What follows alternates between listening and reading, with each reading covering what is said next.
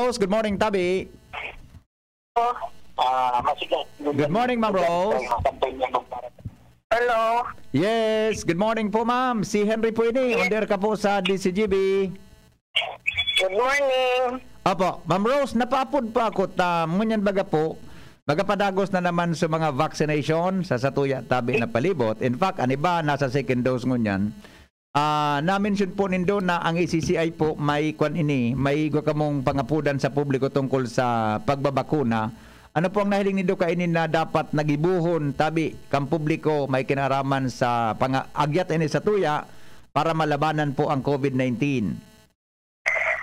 Ang Albay Chamber po of Commerce and Industry nangangapudan na magpapabakuna na po ang mga A1, A2, and A3. Kasi po, na pagdain na come up ang percentage na dapat na bakunahan kan A1, A2, and A3 dahil kita makaduman sa A4. So, hirak man po sa mga nagtatrabaho, sa mga empleyado. Natatakot po kami na baka magsarara na ang negosyo. Kaya nangangapudan po kami na magtarabangan na po ang city government, barangay na yani, abos pati Opo. Hello, Ma'am Rose. Ma'am Rose, medyo napuputol po kamo. Ulitin ko po. Okay. Nakuha na po sa pangapudan nindo na dapat magpabakuna. Ano po ang nahiling nindo na implikasyon po kayo sa negosyo? Ang asor na talaga na mamalisyan minahanggan A1, A2, A3. Di pa po nakakaabante kita. Ano po ang implikasyon Tabi kayo sa lado ng negosyo Tabi, Ma'am Rose? Nakulaong po ang implikasyon kasi dahil nakakabuelo ang mga negosyo. Dahil po basta-basta makakalaog ang mga empleyado. So, natatakot kami na baka umabot ang punto na magsarara na lang. Taday na kaya mag-operate.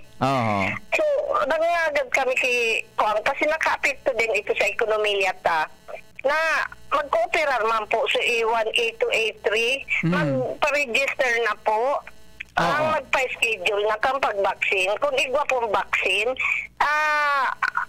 may mga available po lalo na sa A2, sa mga second dose.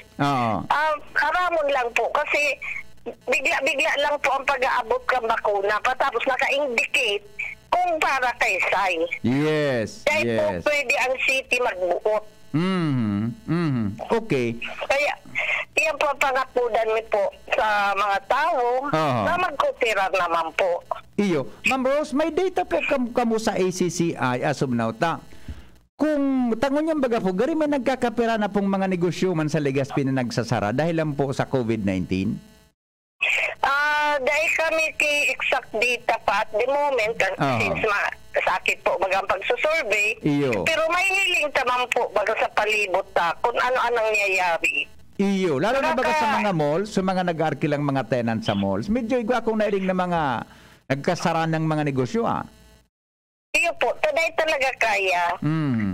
Lalo na, kung may mga empleyado pa sinda na titamaan. Amak mo po yan. Grabe po baga. Bako lang financially. Kundi sa health kang tao, tapos sumauulakitan, sumapaperwisyo. Yes. Oo. Okay. Ano po nindong, ano mga rason nahiling po nindong rason kung natataga-remedyo? Although, ang pagkasabi ka niba, mabagal sa abot kang vaccine sa tuyang lugar.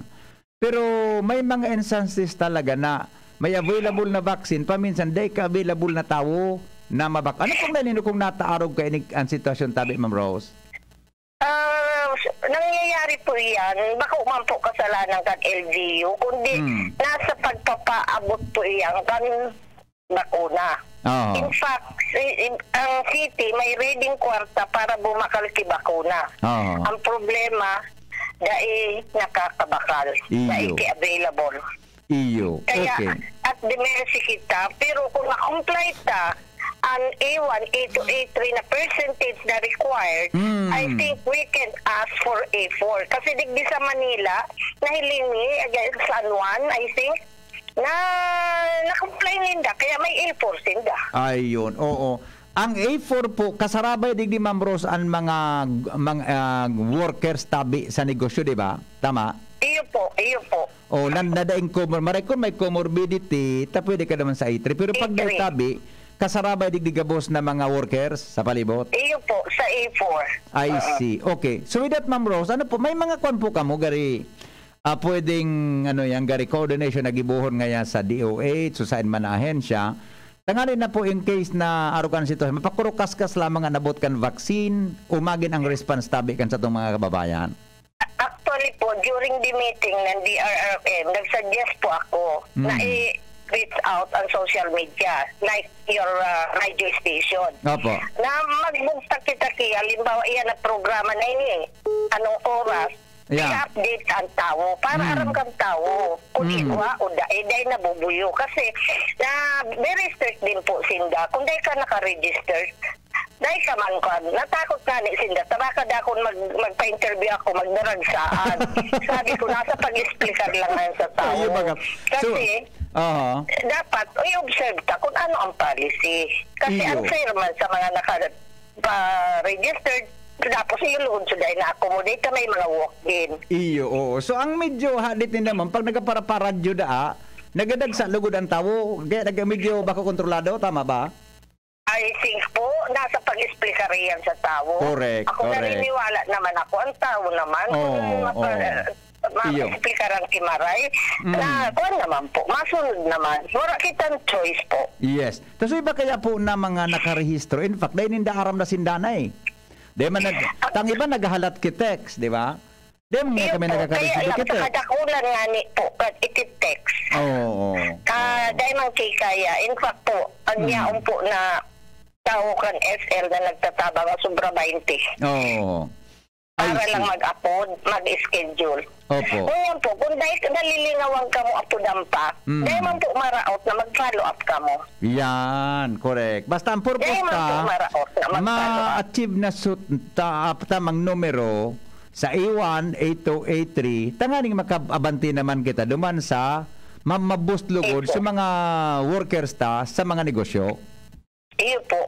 Kahirak man po, kung wala kita trabaho, walang income, ano niya na may mga bago na naman kitang quarantine kuan.